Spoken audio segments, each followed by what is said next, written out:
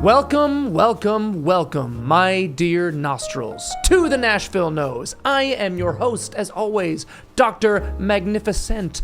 Hi. So I've been doing a lot of different themed videos featuring several fragrances based on seasons, genres, certain notes, general vibes. But a while back, I did a ranked list featuring fragrances all from the house of Tom Ford. And I really enjoyed delving into the brand's history and zeroing in on the fragrances that I owned from that particular house. So I figured, why not? Let's highlight another fragrance house I love, especially one which also really intrigued me in the beginning of my fragrance journey. And today we're gonna talk about, you already figured it out because you clicked on the thumbnail, Parfums De Marly. I love their scents, their performance, their bottles, their insane pressured atomizers.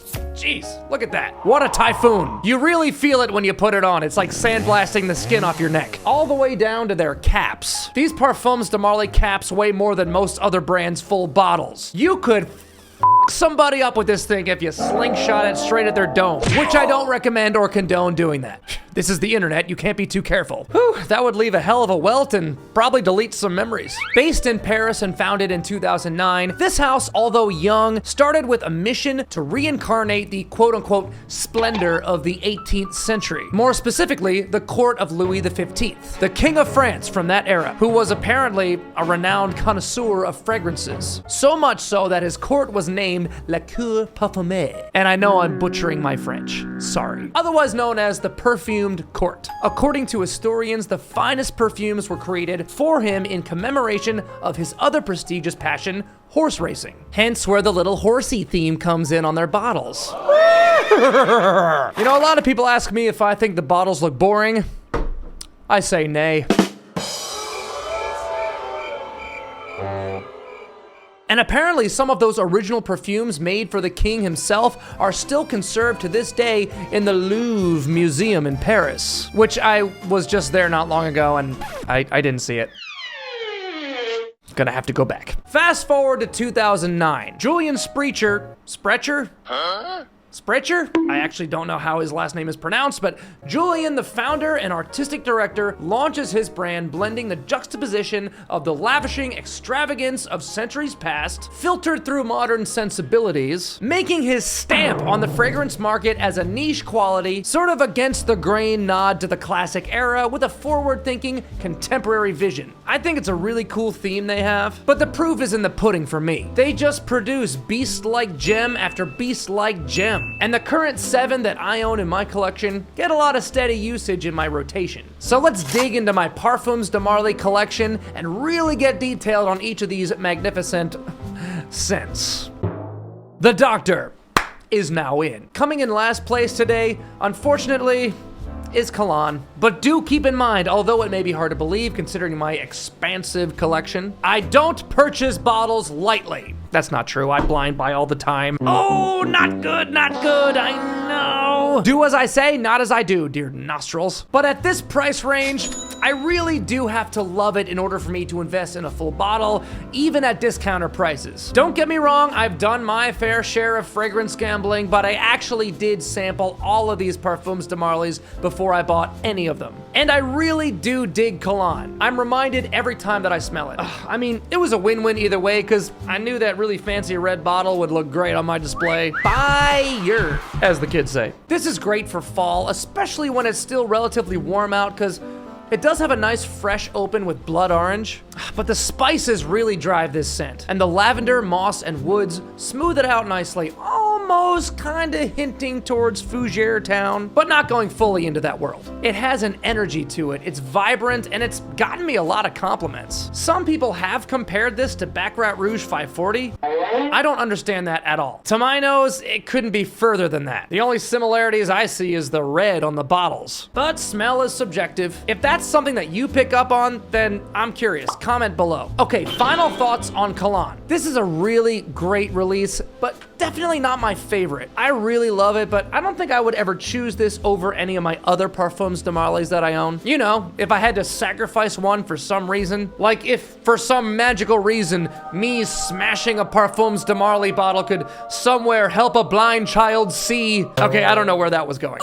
But if I had no choice but to give one up, I guess this would probably be the one. It's probably the one that I connect with the least, but I do wear it a lot, and I really like it, so I still suggest you give it a try. The next spot is perfect for Galloway. I love this scent. I love the idea of having a niche quality, easy, dare I say, dumb reach, but with that Parfums De Marly beast-like performance. I can spray this one on for any occasion, weddings or Walgreens, but definitely tailored for warmer seasons. It's kick-ass in the spring or summer, and I can be confident that it will last me the whole day. It has a lot of fresh citruses, orange blossom, some powdery iris, and a touch of musk and amber in the base, giving it that nice subtle complexity which, in my opinion, makes it special, and probably used to aid in its performance. Now bear in mind, it's not as beastly as some of the other ones on this list. In fact, it's the lightest and the freshest out of all of them in my collection. Therefore, that sleek white bottle is a fitting presentation, but still no slouch whatsoever. Some may say it's too middle of the road for the asking price, but I don't care. I get filled with happy feels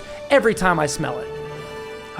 See, there's one right now. I was going back and forth between my 5th and 4th pick, but at the last minute, I just kind of flipped a coin and went with Pegasus for number 5. It was a tough call because Pegasus is an instant classic and very much held in high regard. This is another really nice, very easygoing scent. It was on my list for my signature scent video, which you can watch right there. But watch this one first and then watch that one. That's a good one. I put this one on there because I love the versatility of this one. And I also love the note of almond in perfumery. To me, it's as if this is an almondy barbershop-like scent. Such a fascinating blend with lavender, sandalwood, jasmine, amber, just a touch of cumin, and heliotrope. I say if you were to own one and only one Parfums De Marly fragrance that can do it all, great all year, great for any occasion, dressed up, dressed down, office or nightclub, weddings or Walgreens, I think this is one of the most versatile scents in the history of perfumery. Just don't wear it at the gym. In fact, don't wear any PDMs at the gym. You don't want to give someone a migraine while they're trying to get them gains, bro. That wouldn't be very polite. Or safe. The slightest of slight edge goes to Herod for the number 4 spot because it's so damn sexy.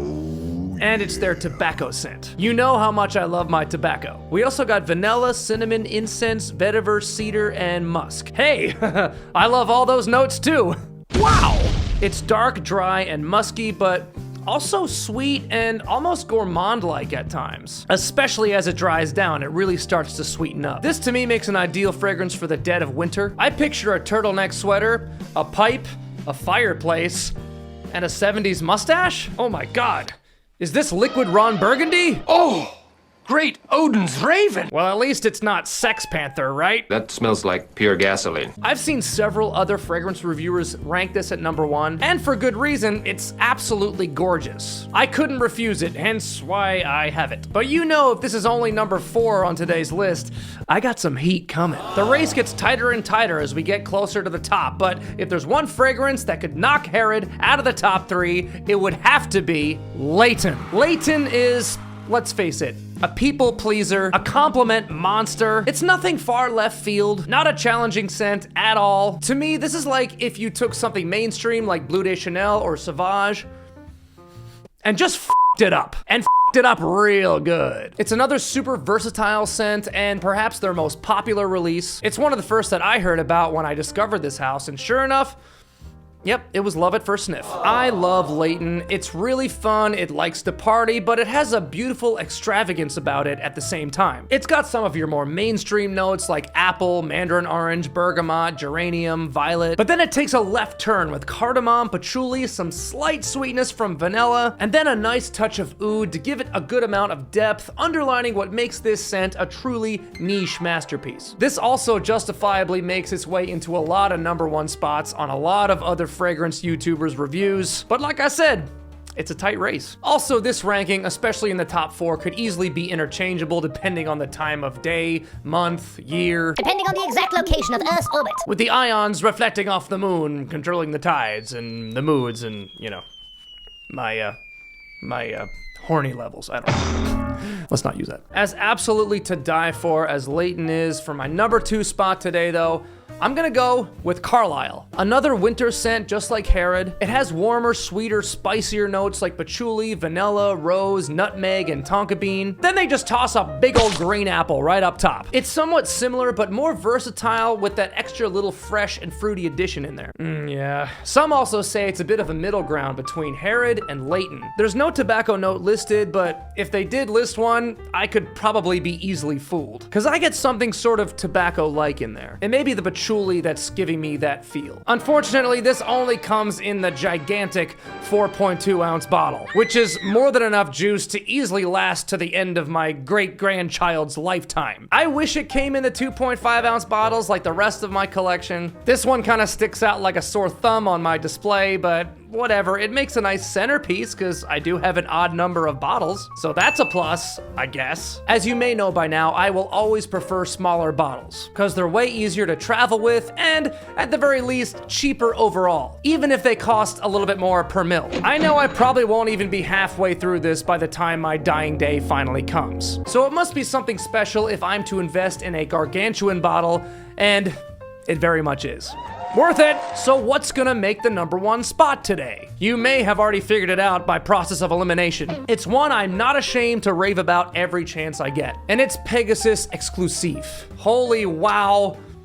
Ugh, sex in a bottle. This is one that I sampled at the mall one day, and I couldn't stop smelling my hand. I couldn't stop. I probably look like an insane person, which I am a little bit of an insane person, so they're not far off. I was like, oh yeah, oh yeah.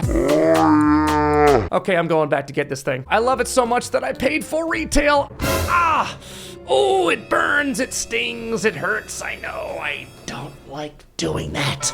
No regrets, I love it so very much. It smells so good, and it gives me the chills every time I smell it. It's divine and masterfully blended. Same scent DNA as the original Pegasus, but from what I can tell, it smells like the heliotrope is just cranked up. It also has an addition of a beautiful oud in there, expanding this scent DNA, making it even more three-dimensional. It's beautiful and another insane example of niche quality perfumery at its finest. So there's all the PDMs in my collection, but I'm keeping my eye on a few more. Some other really good ones that I've tried are Greenlee and Percival, two really good freshies, as well as Ojan and Layton Exclusif. I recommend you get your nose on all 4 of those as well. And that'll do it for me today. If there's any other Parfums De Marly fragrances you recommend I get my nose on, you know what to do. Leave it in the comments, my dear nostrils. Because like I've said before, and I'll say it again, this is not just a fragrance channel. It's a community. Also, if you want to support the channel, give us a like and ding the bell. Who knows, maybe the algorithm gods will bless you with some good luck at your next horse race. And I highly recommend that you subscribe for some more thrilling entertainment. The fun just keeps flowing like Louis XV's perfume fountains. And now this king is ready to retire for the evening. The royal doctor is out. And fetch me my golden slippers, peasant, and keep wafting me, waft boy. That fig leaf isn't going to waft me all by itself. Where's my wine? And my perfume of the day?